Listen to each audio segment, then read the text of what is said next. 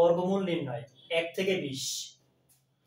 1 এর বর্গমূল 1, 4 এর বর্গমূল হচ্ছে 2, 9 এর বর্গমূল 3, 16 এর বর্গমূল 4, 25 এর বর্গমূল 5, 36 এর বর্গমূল 6, 49 এর 7, 64 এর 8, 81 এর 9, 100 এর 10, 121 এর 11। এখন এই জায়গা মজার বিষয় হলো প্রত্যেকটা এক এক করে বাড়ছে। দেখো 1 2 3 4 5 6 7 8 9 10 11 12 13 14 15 16 17 18 19 20।